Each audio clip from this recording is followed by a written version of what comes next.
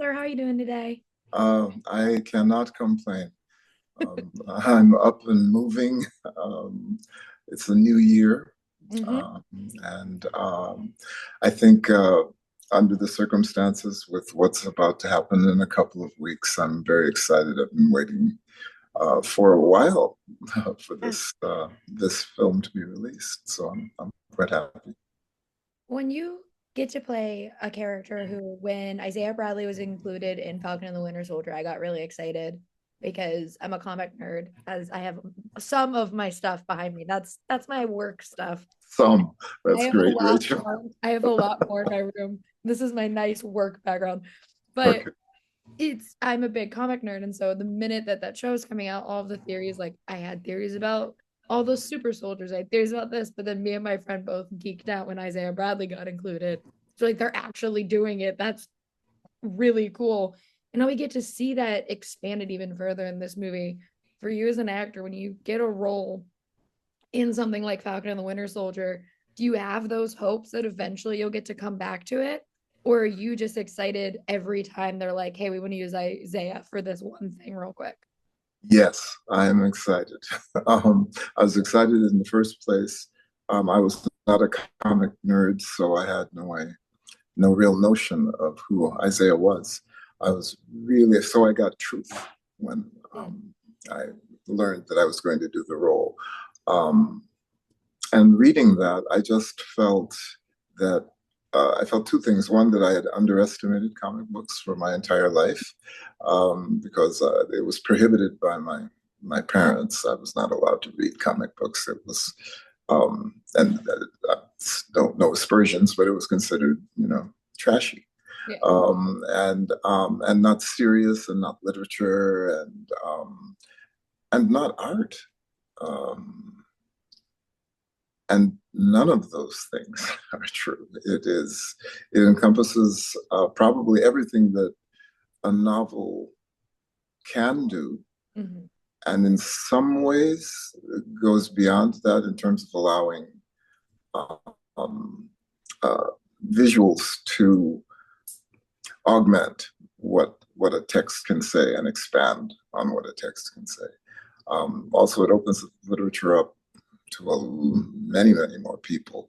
I hear these accounts all the time of people from other countries who learn English by watching cartoons or by watching even Marvel films. It's so I was thrilled. I was thrilled. My son really thrilled me because he said, "You have no idea who this is," and so I felt a little bit of pressure from him. The first experience on Falcon and the Winter Soldier was tremendous, and it was in fact, it was the speech that um, they asked you to audition with Mm-hmm. that won me over because despite his story, despite everything else, this was just a man who missed his um, his wife, a man who missed his life, Mm-hmm. and still was still retained the pride that he had for having had the opportunity to represent his country and to um, fight for people who had less than he did. So that was thrilling, and I loved the Falcon and the Winter Soldier. Um, I loved Sam's speech to the world when um, he suggests that perhaps the reason people are out in such a desperate way is because no one is listening.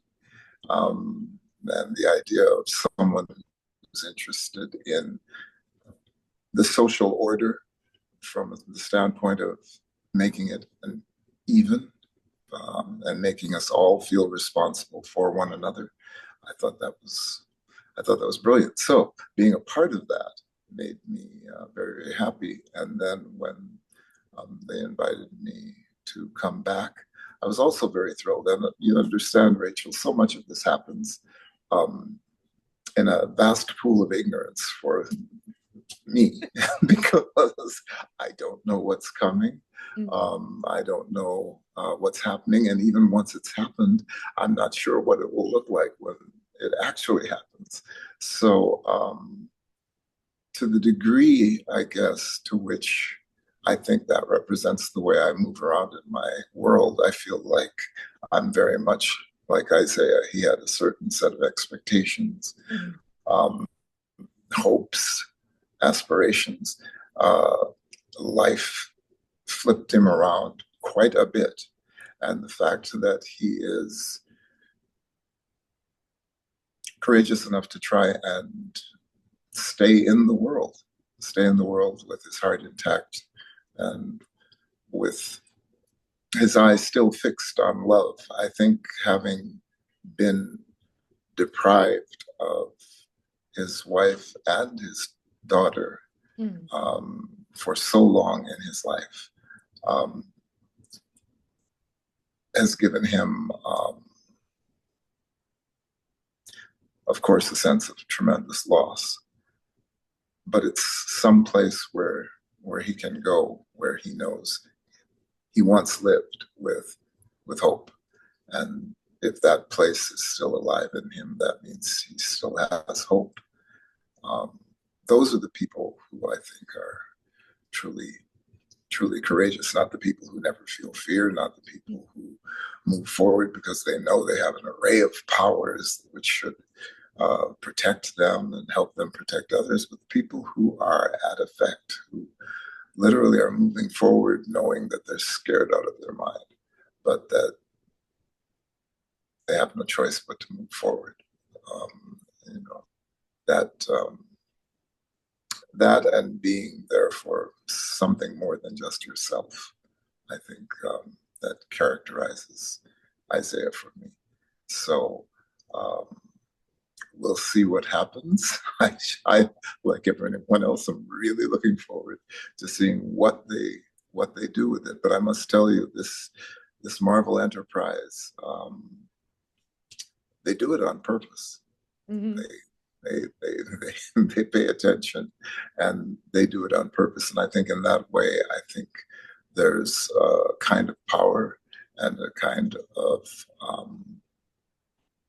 effect that they can have in the culture that maybe goes beyond my favorite classics in Mm. literature.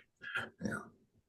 When one of the things I really love from the trailer, so I've only seen the trailer, so I don't know how much this plays a part in the film, but I kind of like the parallel that like Steve and Bucky had with each other in other Marvel movies that Isaiah and Sam have in this, because we see in the trailer that Isaiah goes to attack the president, aka Harrison Ford, for the second time that he's president in a movie. And Sam has to respond by being like, no, like that's not Isaiah, something is going on, which is a lot of the parallels to what has happened in other Captain America stories.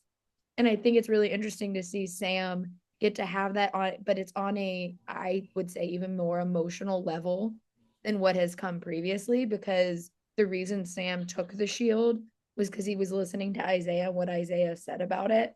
And I think that's such an interesting dynamic between those two characters. How was it getting to work with Anthony both, in Falcon and Winter Soldier, where he was going back and forth over the shield, into now Captain America, where we see Sam fully as Captain America and as that representation in America. Well, working with Anthony Mackie is a joy for me. I really I really enjoy it, and maybe in some ways I have some of the same feelings that Isaiah has. Mm-hmm. You know, I've had a long career, and I have my own understanding of what happens in this industry.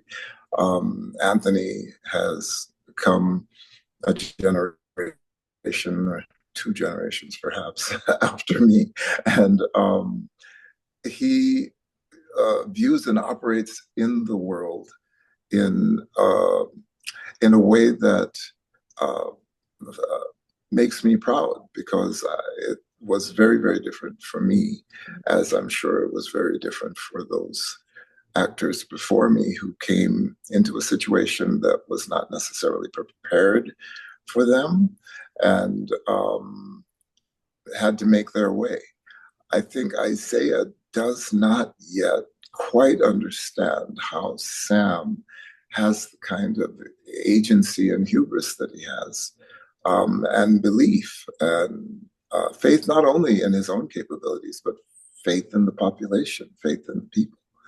Um, and because of his history, he's cautious, he's reluctant to be in the world. To be in the world is an act of bravery that he looks at Sam and he's encouraged because Sam is fully in the world, and not without, again, not without fear, not without some sense that, yeah, there are dangers, Mm-hmm. but with every belief in himself and in people. That's massive. Yeah. I love Sam Wilson. I think Sam Wilson is one of the best characters in Marvel. But for my last quick thing, I think it is so funny that I'm a big Harrison Ford fan. And one of my favorite things is in that trailer, they made him say adamantium, which as a Marvel fan, I was like, I never thought I would hear Harrison Ford say the words adamantium at all, let alone as the president in the Marvel Cinematic Universe. But as you said before, you weren't really a comic person, and then you learned kind of like the depth and the scope of it. When you get those scripts and there's something that you're like, what? I'm sure this is important to somebody, but what is this word that I'm about to say? What is your process of like understanding the depth of those kind of nerdy things that geeks like me are going to start screaming about, but most people probably don't understand why adamantium is such a big deal? Well, my point of view when I'm doing a role is that every single word that the character says is key and important. It may not be that I have the understanding of why that is so, but that's my job to Mm-hmm. find out why that is so. So I just do the work, do the research. I've done a lot of reading in the Marvel world, truth being the key to that. But I think also I go back to various sources in literature. In this instance, Brave New World, which spoke about the dangers we face in light of our amazing technological capabilities and our brilliant scientific understandings. The danger we face of just accepting that without realizing that it has to apply to the human heart, and that the human heart, human intelligence, is the source for all of this and is the reason for any of it, and to allow the achievements of science to limit what we're capable of in terms of our human potential is that's silly. That's not bright.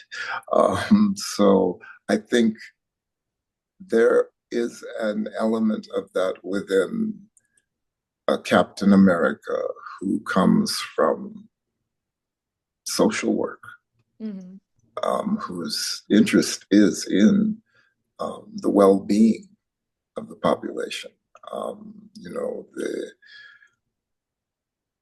The thing that I keep going back to was that speech that Sam had, and I think if that's the kernel and the driving force in part for why he has decided to accept the mantle, to accept the shield, that's an excellent place from which to start. And I think that's what you need to hold up um,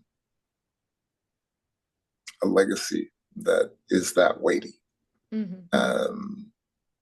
But I also think because it's not the same world in which Steve Rogers operated, his knowledge, his capability, he would face things that Sam doesn't even think twice about. And he would quail because it's not the world he knows. So I'm very curious to see how they marry what I think is just the brilliance of a brave new world in which all of us have to adopt courageous behavior, and part of that courage is the courage to love. Yeah. Well, you just made me so excited because Brave New World is one of my favorite novels. And the minute they changed the name of the movie to Brave New World, I was like the Aldous Huxley Brave New World, and then started deep diving into like how it could all connect because I think it's one of my still to this day. I read it in high school and it's still one of my favorite novels. But Yes, I cannot wait for this movie. Thank you so much for talking with me today. I absolutely, Rachel. want to see Isaiah Bradley all the time. So thank Well, thank you very much, and I hope you enjoy the film. I know I will. I have been more anticipatory about this project than I have for most of my career. I mean, I tend to be sort of at ease about a lot of it because it is the work, and I love doing the work. It almost doesn't matter what it is. But in this particular instance, this Marvel universe and this fan base is it's kind of electrifying. So I must admit, I'm a little goosed right now. Well, I can't wait for everyone to get to see it. And thank you so much for talking with me today. Absolutely. You take care. You too.